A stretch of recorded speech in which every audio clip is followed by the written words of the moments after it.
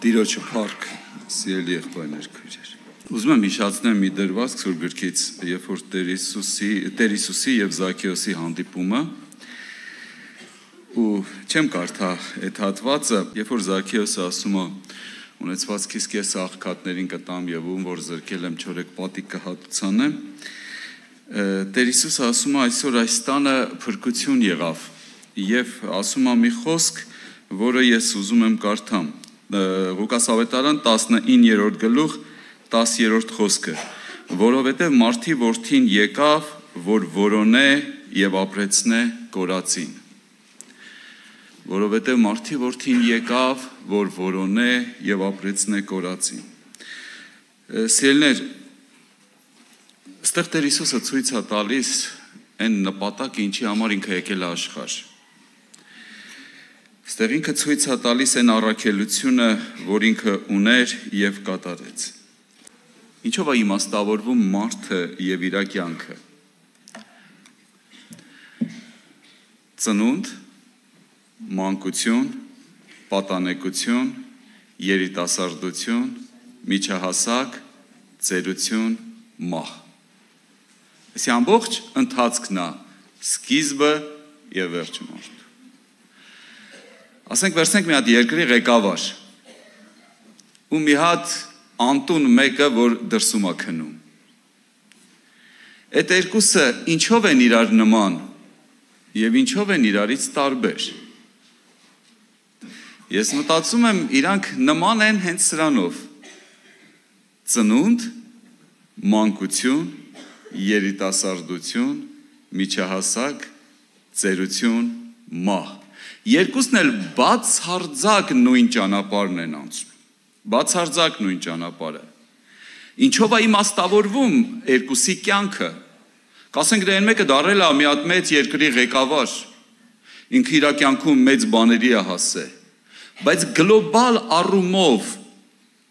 ոչ մի բանով իր կյանքը չի իմաստավորվում։ Մեկը մի քիչ շուտ է մահանում, մեկը մի քիչ ուշ։ Մեկը ասենք ընկնում է 9-րդ հարկից, մեկը ընկնում է 500 մետրանոց մի հատ երկնաքերից։ Այն մեկը մի քիչ շուտ է տեղ հասնում, այն մեկը մի քիչ ուշ է տեղ հասնում։ Ինչով է տարբերվում իրանց կյանքը, ես մտածում եմ ոչ մի բանով սիրելիներ։ Եվ մարդու կյանքը իմաստավորվում է մենակ սրանով, որ ինքը հանդիպում է Քրիստոսի հետ։ Եվ մարդու կյանքը իմաստավորվում է Աստծուով, որովհետև Աստված մարդուն ստեղծել է, որ մարդը հավիտյան իրանը լինի, որ մարդը Աստծուն ճանաչի։ Եթե ես Աստծուն չեմ ճանաչում եւ Քրիստոսին չունեմ իմ կյանքում, եթե իմ կյանքը չի իմաստավորվում հենց այս խոսքերով, որ Տեր Հիսուս ասում է, մարդի որդին եկավ, որպեսզի որոնե եւ ապրեցնե կորածը, այն որ ես կորած եի եւ Քրիստոսը եկել եւ որոնել եւ գտել է ինձ, եթե իմ կյանքը սրանով չի իմաստավորվում, իմ կյանքը չի իմաստավորվում ընդհանրապես ոչ մի բանով, որովհետև մեզանից այսպես տարբեր տարիքի մարդիկ կան, տարբեր տարիքի, եւ մեր տարիքը, որ ամեն մեկս ունենք, մի ակնթարթի նման անցել է, ես բազմիցս ասել եմ դրա մասին, երբ որ պապաս հիվանդ էր եւ իր վերջի այդ օրերն էր, ինքը սենց նստած էր անկողնու վրա, ես էլ իր հետևն էի նստած, ինքը չգիտեր, որ այտենց սենյակում մարդ կա, ու ինքը իր մեջ, մտքերի մեջ ընկած, ինքը իր հետ խոսում էր, ու մի հատ արտահայտություն արեց, որ ջանովը մարմնովը սարսուռ անցավ, ասեց, «Էս երբ անցավ»։ 78 տարեկան էր ինքը այդ ժամանակ։ Ու իր այդ ասացի ձայնի մեջ ես այնքան բան զգացի, որ ակնթարթ կարծես, զարմանք, էս երբ հասցրեց սենց պրծնի։ Էս երբ անցավ, ինչով է իմաստավորվում մարդու կյանքը, սիրելիներ, որովհետև 20 տարեկան ես, 50 տարեկան ես, 70 տարեկան ես, 100 տարեկան ես, մեկը լրիվ նույն ճանապարհն ես գնում ու նույն ավարտին ես գալու։ Ու այդ ավարտը գալու է, մեկը դառել է աշխարհահռչակ ինչ որ մեկը, այն մեկին էլ ոչ մեկ բանի տեղ չի դնում։ Մեկը երկուսն էլ նույն ճանապարհն են գնում, մանկություն, պատանեկություն, երիտասարդություն, ծերություն, մահ։ Չկա իմաստ ոչ մի բանի մեջ։ Մարդու կյանքը իմաստավորվում է, երբ որ ինքը իր կյանքի ճանապարհին հանդիպում է Քրիստոսի հետ։ Եվ իր կյանքում ինքը ունենում է Քրիստոսի հայտնությունը։ Տեսեք, սիրելիներ, Երկրորդ Կորինթացիս 4:4-ում այսպիսի խոսքեր է ասում. որովհետև որոնցում այս աշխարհի աստվածը, այսինքն սատանան, գիտենք, որոնցում այս աշխարհի աստվածը այն անհավատների սրտերը կուրացրեց, որ Քրիստոսի փառավոր ավետարանի լուսավորությունը չծագե նրանց վրա, որ աներևույթ Աստծո պատկերն է։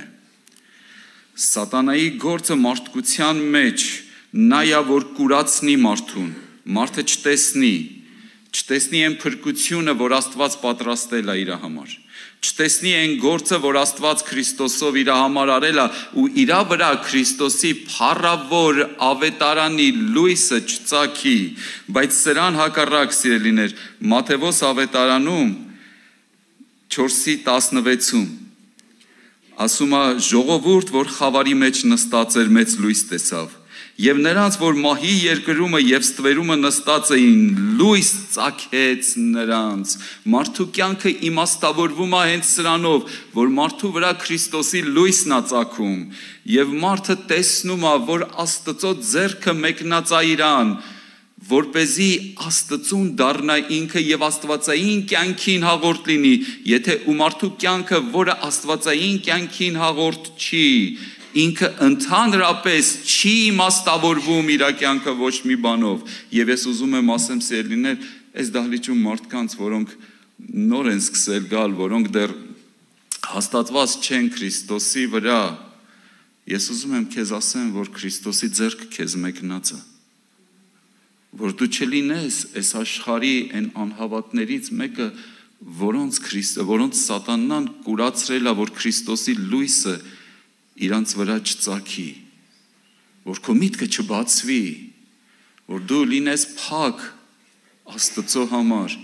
որովհետև սատանայի նպատակը սա է, որ այդ կրակի լիճը, ընդ որում Սուրբ Գիրքը ասում է, որ կրակի լիճը պատրաստված է սատանայի եւ իր հրեշտակների համար, որ ինքը մենակ չգնա եւ իր հետևից շատ մարդ տանի։ Ես ուզում եմ դու այսօր այստեղ ասես ոչ, ես Քրիստոսինն եմ։ Դու ասես Տեր, ես գիտեմ, որ դու եկել ես ինձ լուսավորելու։ Ես ուզում եմ իմ ու քո մեջ այդ հանդիպումը տեղի ունենա։ Ես ուզում եմ քեզ ճանաչեմ։ Եվ Եսայա 44:5-ում ասում է. Եվ նա իր ձեռովը պիտի գրե Տիրոջն եմ ես։ Այսօր դու քո ձեռովը գրես Տիրոջն եմ ես։ Ես Աստծուն եմ պատկանում։ Ես Քրիստոսին եմ պատկանում։ Թող Տիրոջ անունը փառավորվի, սիրելիներ, Աստծո հավիտենական նպատակն է, որ դու իրանը լինես, Աստված իր որդին ուղարկել է հենց քեզ համար, որպեսզի դու Աստծո կյանքին հաղորդ լինես։ Հաջորդ բանը, որ ես ուզում եմ շեշտեմ, ուզում եմ դրա մասին խոսեմ, սիրելիներ, եւ եթե մարդը եկել է Աստծուն ու ընդունել է Քրիստոսին, արդյոք ավարտվում է սատանայի գործը։ Եփեսացիս 6:16-ում այսպիսի խոսքեր ասում. Եվ ամենի վրա հավատքի վահանը առեք, որով կարող լինեք չարի ամեն կրակոտ նետերը հանգցնել։ Այս ինչ կրակոտ նետեր են եւ ինչպես է մարդը սրան դեմ կենում։ Տեսեք, մի հատ խապկանք, որ սատանան շարունակում է իր գործը։ Ասում է, լավ, դու հավատքի ես եկել, ոչինչ, բայց դու գիտես, որ դու պետք է կարողանաս սրբության գնալ ու սուրբ կյանք ապրել, որովհետև Աստված սուրբ է, դու էլ պետք է կարողանաս Աստծուն հաճելի կյանք ապրես։ Ու ասում է, այ տենում ես,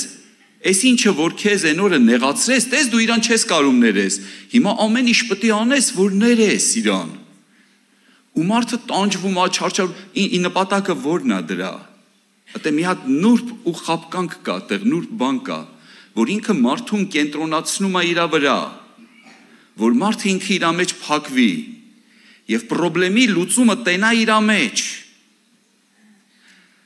Որ խնդրում է Աստծուն, Տեր Աստված, խնդրում եմ ինձ օգնի, որ այս ինչին վալոդին ներեմ, ինձ նեղացրել է շատ ուժեղ, ինձ վնաս է տվել, հիմա ինձ օգնի, որ ես իրան ներեմ ու աղոթք անում, ու ինքը բան է, լավ աղոթք անում, ինքը սրտանց աղոթք անում, բայց ինքը մի բան չի հասկանում,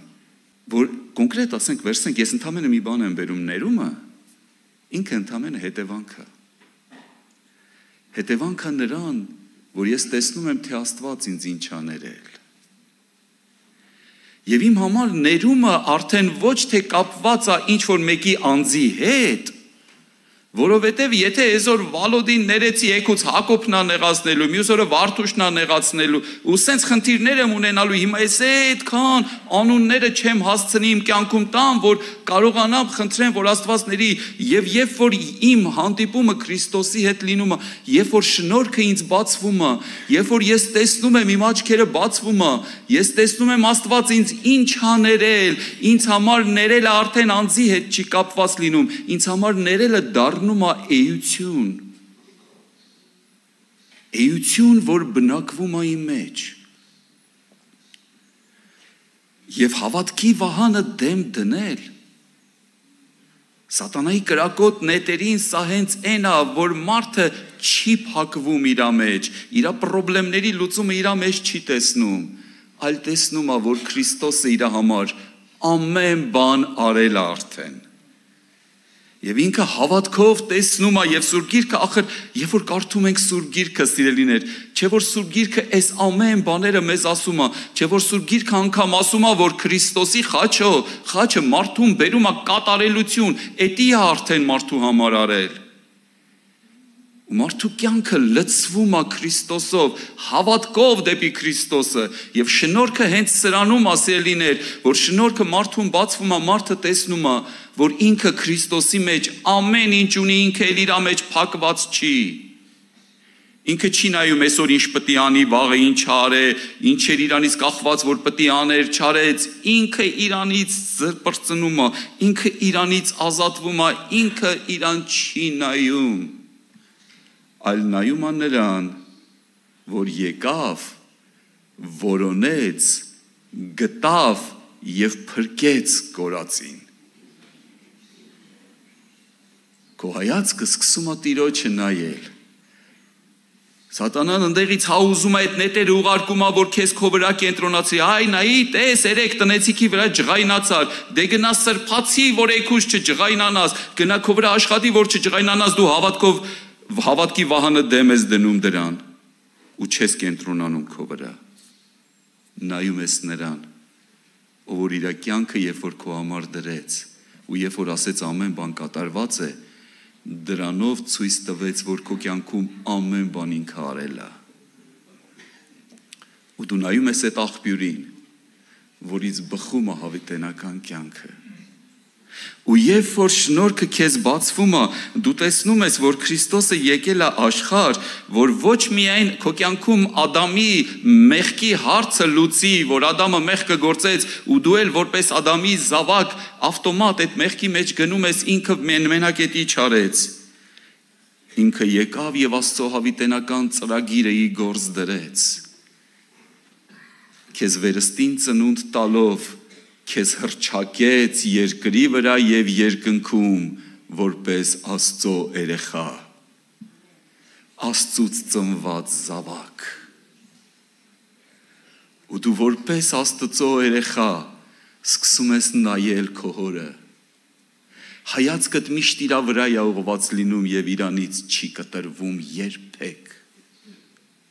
Եվ այս է շնորհքը եւ ստեղ է սատանայի պարտությունը, որ ինքը չի կարում ես մարդուն իր վրա կենտրոնացնի։ Չի կարում ընենց անի, որ ես մարդը իր կաղապարի, իր եսի մեջ փակվի ու իր եսի, իր անձի մեջ տեսնի իր սրբության լուծումը։